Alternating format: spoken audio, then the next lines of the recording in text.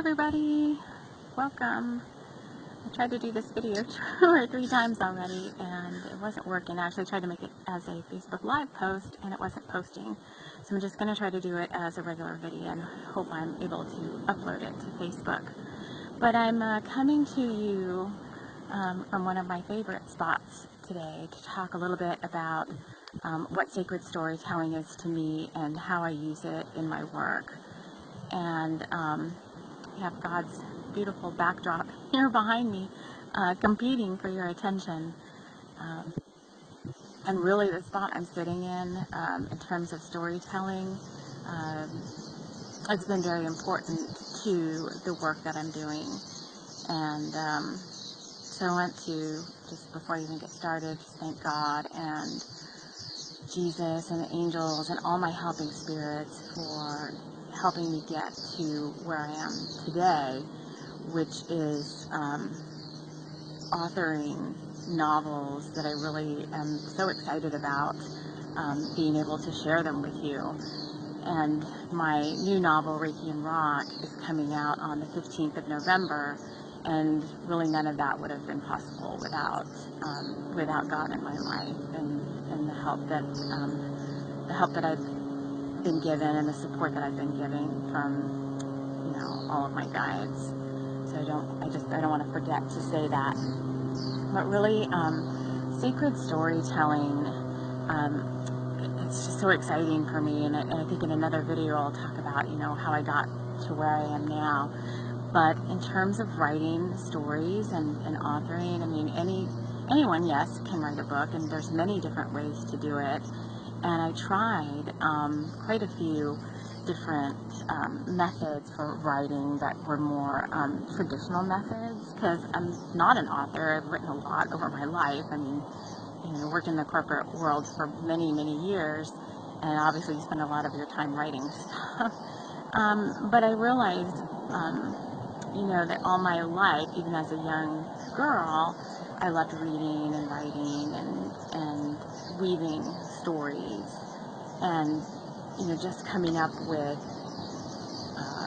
an idea or a character and turning that into some sort of storyline.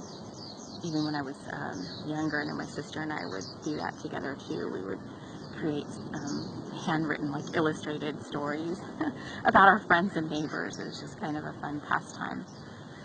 But what I found now in the work that I'm doing is that this storytelling is just such an inherent part of me, and the way that it has been most successful for me is really to create a sacred space like any other thing that I'm doing throughout my day. So I try to make my life a living prayer and honor God and sacredness of all that life is and everything that I do. And so my work in this world wouldn't be the same if I didn't do the same thing there. And so I really, spend time to create sacred space, and some of this isn't familiar to you, because I think some of my readers will not be necessarily as spiritually advanced as others in terms of, like, when I'm talking about sacred space and creating containers and working with guides and so forth. Some of this may be new to some of you, but really I try to, but you may be familiar with the concept. Okay, we're going to just get this out of the way.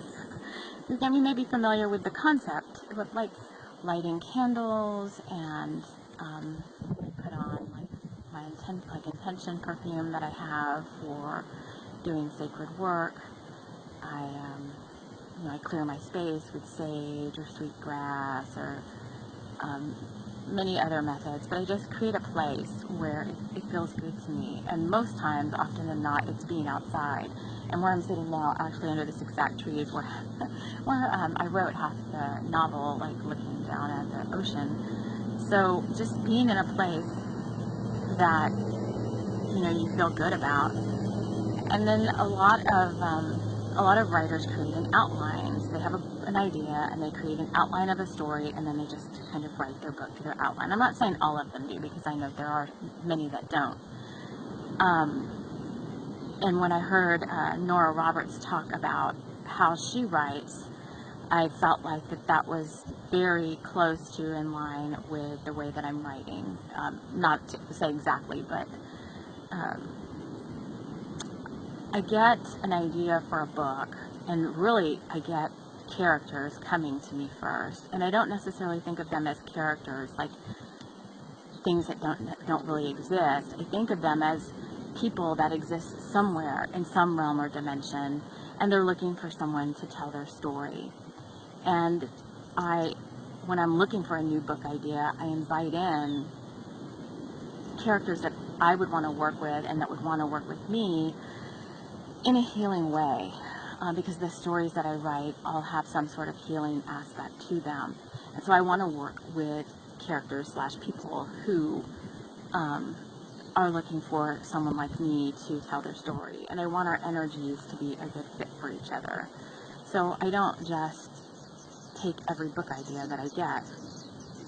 Characters come to me and I get an idea of what their story might be, and then I sit with that energy and I sit with the idea of what the story is. I don't know the whole story necessarily offhand, but I get an idea of kind of where they might be going, and then I sit with that for a few days, and then I decide. It's actually a mutual decision. We kind of sit with each other's energy for a few days and decide, like, do we think this is going to be a good fit for me to bring their story out into the world? And if we do, which has been the case here in the past 3 or 4 novels that I've written, then I take them to a sacred place where we do the work together, meaning, like, some of you may think, like, okay, I take them in my imagination, I envision them somewhere on an etheric plane where we do sacred work together. And I'm joined there by God and angels and my guides and helping spirits who help me with my writing work. And I sit down with these characters, these people, and I hear their story. And I don't get their story all at once, and I don't necessarily want it all at once, so I have no outline. I tried outlining, and it didn't work for me because the story always changed in the middle of what I was doing. And so I felt like these people are coming to me, they have a story that they want me to tell on their behalf. There's some healing that needs to happen, and they want that healing to happen for everyone that hears the story as well. So there's a mindset that goes into it, and I open to their story and to the healing and the emotions that want to come through me. So what this means to you is kind of like, what is it, that movie, like Water for Chocolate? All of their emotions come from them through me and onto the pages of the book. And when you read them, you're going to feel that Reiki session happening, or you're going to feel that sadness, or that seduction, or that encounter between two people. And that's what's meant to happen. And so I don't know the whole story in advance, and it's become quite exciting to not do that. I write about a chapter or so at a time, and I have no idea where they're going to take me. But I know, in terms of taking on the work with them, that it's somewhere that we both want to go. They're never going to take me, and I never would them if they were going to take me to some dark place where I didn't want to go, because that's not the types of stories that I write. So we go chapter by chapter, and basically, if you want to think of it this way, I really am kind of channeling their words. They're not my words, because I have no idea what's coming out. I can write about a chapter in an hour, and it's so fun for me because I don't know where we're going next. I know the gist of it. Reiki and Rock, for example, I knew it was going to be about seduction and spirituality and some really deep heart healing for the main characters, but I had no idea the course of action that it was going to take. And so it was really a twist that they gave to me as a surprise for me, and that it comes out as a twist and a surprise for you, all in a good way. They all always end in a good way. And so the one I'm writing now is a romantic thriller, and I have no idea where we're going. It's quite interesting so far. So I just wanted to share with you kind of how my writing process goes, and if you're looking for books that might feel a little bit different than maybe some of your average stories out there, then I do invite you to step into my work and see if there's something that resonates with you that you might want to read and dive into further. And I know it will really be, as it was for me, an exciting experience. So I thank you for joining me in one of my favorite places, and I'm going to be coming back soon with another video on how I got to this authoring place that I'm in now. But for now, take care, and we'll talk to you soon.